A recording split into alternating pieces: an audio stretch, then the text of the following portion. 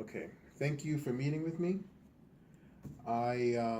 This is an interview for my AOLL 507 course, and to sum up the course, it is about how technology is affecting the future, how we learn, how we do our work, and basically how we do things.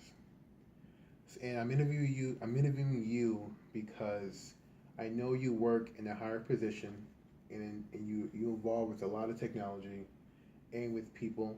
You also do a lot of trainings as well, Hmm. which make you a perfect candidate for this project that I'm working on.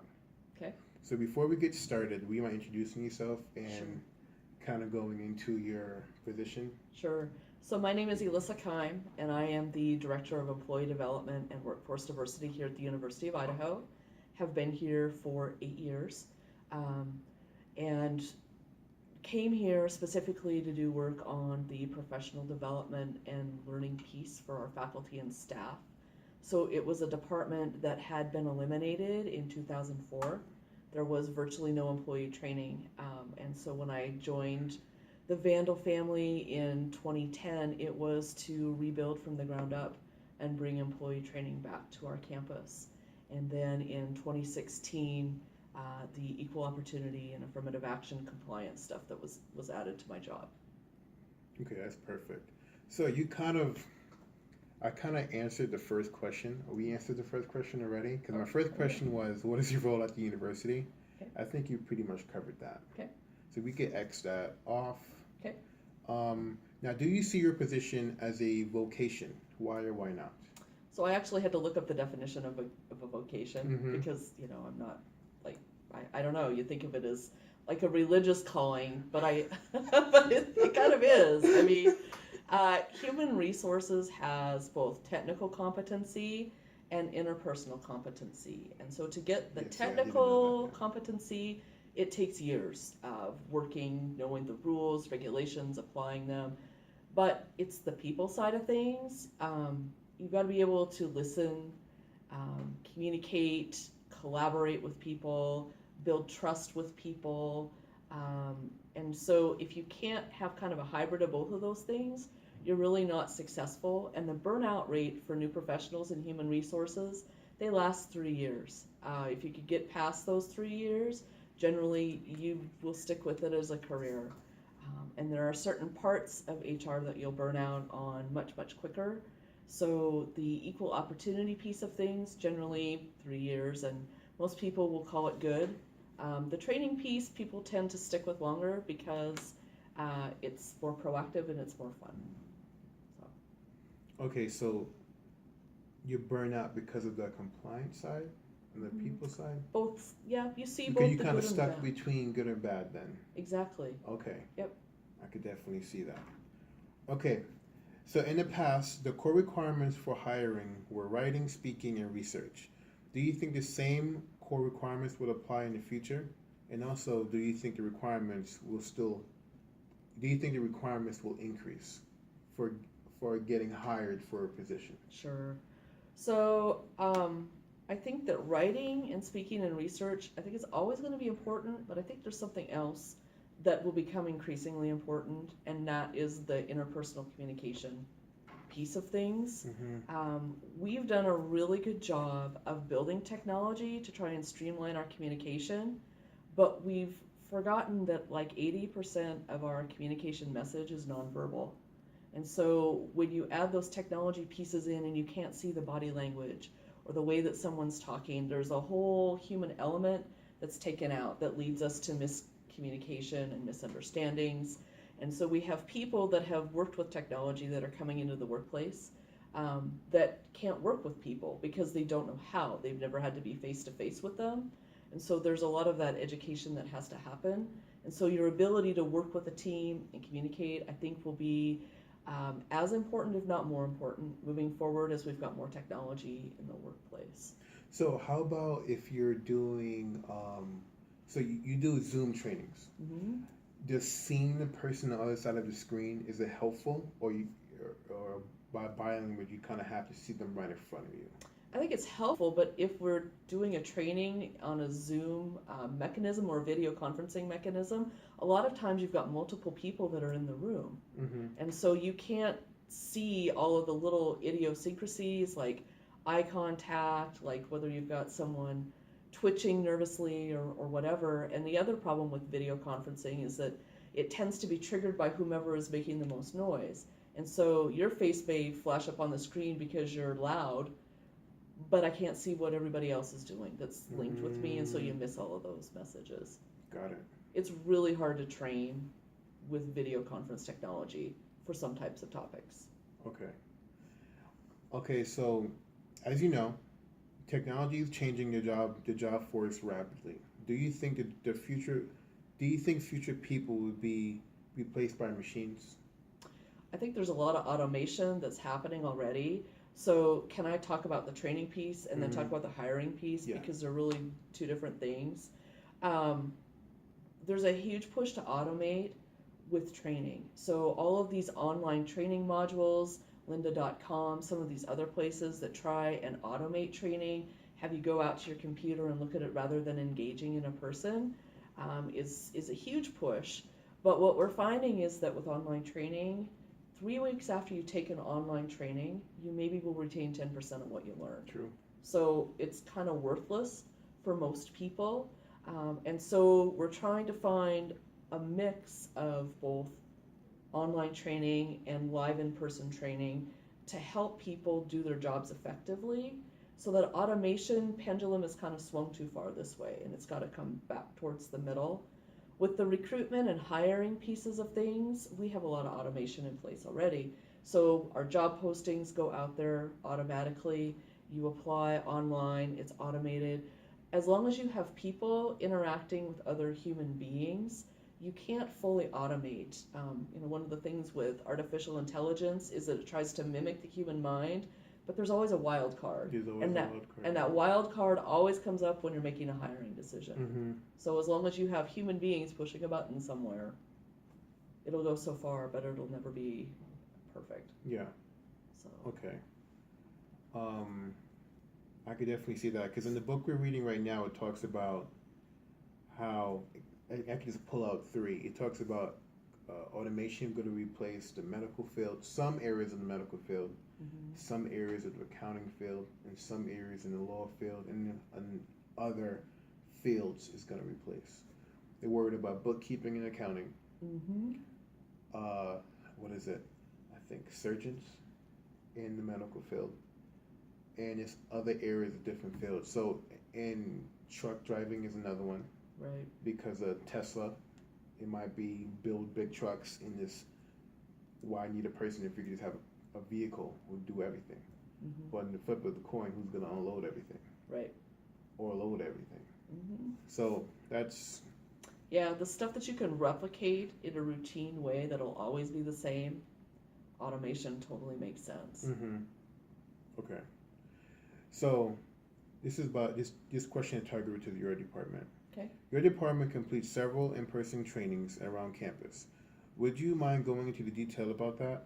Also, do you think this will evolve to strictly distance training with Zoom or other technology resources used by the university? Okay, so I actually kind of wrote out a response that I'll kind of go through so that it makes sense. So we have 3, 4-ish initiatives that are pretty major that are coming out of employee development and learning right now. One of them is Banner training. So Banner is our institution's human resource information system.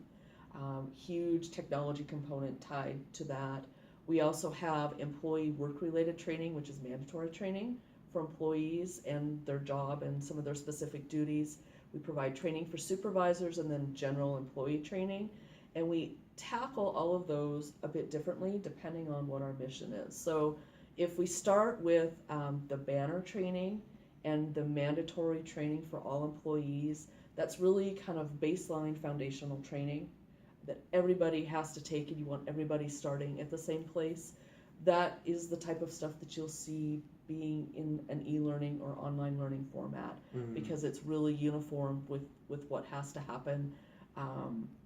It's scalable. We know that it's a really broad audience, So if we have 500 new employees a year that need to have Banner training to get access to Banner and utilize that system, makes more sense to have them take an online module at their leisure rather than waiting for someone to do the training and become available. Yeah. So it's that scalable stuff, and it's, like I said, common knowledge, multiple teams, functions. It's going to be uniform regardless of where you work on campus. So if you compare that to some of our general employee training, especially the stuff that goes out to some of the other locations statewide, because we do serve a statewide audience, we do a lot of that stuff through webinar, some of it through live training. It's the stuff that's kind of short sessions on general topics. So even if you take an Excel webinar, it's kind of short, and isn't going to last real long. It saves us travel time. It takes a long time to get down to Pocatello or Idaho Falls, and so we do a lot of that stuff virtually with like GoToWebinar, sometimes some of the Zoom pieces. When you think about supervisor training and some of the more in-depth employee training, that's more instructor-led, classroom-based, because there's a lot of role-playing and coaching and case study, that type of stuff where you need to have that human interaction. Like situational. To make it stick. And so it's kind of evolutionary when you think about training. It's a very niche group. So if we have supervisors going through training, there will only be 15 of them that'll be in a class at a time, and it's very much a cohort model, because you're trying to build networks and get people to, thinking about those human relationship pieces of things. So really depends on the topic. I think the biggest drawback for us is we are a staff of 2.5 people that provide all of this training to all University of Idaho employees statewide. We don't have the ability to be everywhere and do everything for everybody. Yeah. And so, we have to kind of decide where our priorities are. So does that help? It does help. Okay. It seems like you guys are you try to be as much hands-on on the complexity of the problem. Right. But if it's someone who's into the university, it's kind of a soft problem. Okay, this guy needs to just start his job, so let's do the Banner training. That's for everyone. Everyone is common knowledge, like you said. People has to know. But every supervisor is different. Right. That's where you guys need more people skills, or be more hands-on, or be able to read body language. Right. To maneuver how you're going to train this person. But yeah. But some would argue that some of the online training isn't nearly as helpful as it should be. So let's say that you're in charge of putting EPAFs, electronic personnel action forms, on the system. You've been trained, you've gone through the online module, and you're still doing them wrong. And so there's a training gap there that we have to try and fix. Yeah, everyone does learn differently. So you have to take that in accountability as well. Exactly. Yep. Okay, last question, I think. What concerns do your department share regarding the tech changes in the future? So I think the issue on the training side of the house is that employee training is always the first thing to be eliminated, but it's the thing that has the greatest impact on someone's ability to perform their job and to help build morale. And so there's always a lot of push that we don't need to have live training, or we don't need custom stuff built for the University of Idaho, because we can just buy a module and throw it out there and keep our fingers crossed. And so there's that fear. And like I've mentioned already, trying to find that middle of the road, that mix of blended learning. So you've got online available, but you've got that live training component as well. It's going to be really critical. Our institution is a little bit slow to figure out how to find that middle of the road. Yeah. And to add to that, you don't think, because the biggest issue I had in my career was that first 6 months. The first 6 months is like a flip of the coin, because you don't know if you're going to like the job, or if the people are in your department, you're going to like you fitting into the culture, and you don't know if you're going to be able to complete the job. Every software is different. Every department is different. If you have someone in your department, or just your department in general, who's actually going inside there and teaching people, the turnover rate is going to go down. Right. People learn the job a lot faster, and the productivity within their department is going to go up. Yep. Which also relates to more profit, and people going to want to be with that department as well. Right. It's interesting to behind the house, people don't see what's going on, what's affecting in front of the house. It's true. Like the cooks make the food, but the servers serve it. But people only see the servers. Right. And so there's a huge onboarding component. So getting people here is one thing, but socializing them and teaching them about who we are, what we do, and what we value as an institution, it's a whole other can of worms. Yeah. And we as an institution need to do better with that. We have so many employees that are fairly early on in their careers that come here for a while and they move on to bigger and better things. What if we grew them here? What if we grew them and kept them here? With more challenges. If an employee knew they could overcome a change, Yep. because the culture of the university, we don't like change because they don't know if we're going to be able to use the new software or do the new things or complete the new job or whatever. Yep. Like Banner 9 or the new stuff is coming in this next fiscal year. It's a big scare. But I see it, I'm like, it's just a whole new thing. It's not, it's practice. Yep. It's not something scary. It's the same thing, different visuals, different ways to do things. It's not a really scary thing. Well, and you need to look at your age as well. I mean, folks that are younger tend to adapt to technology a lot quicker than folks that have been around for 30, 40 years. And so some of our more senior employees freak out whenever there's a new technology. Yeah. Or to have to take an online training. Wow, I don't know how to do that. I don't know how to access Blackboard and go in there and take a look at it, or so there's generational things as well. Yeah. And it's just going to become even bigger. The spectrum. Yep. Okay. But I think that's all the questions. Sweet. Thank you for your time. You're welcome. I think we did a good job on the interview. We totally did. Yeah. Thank you.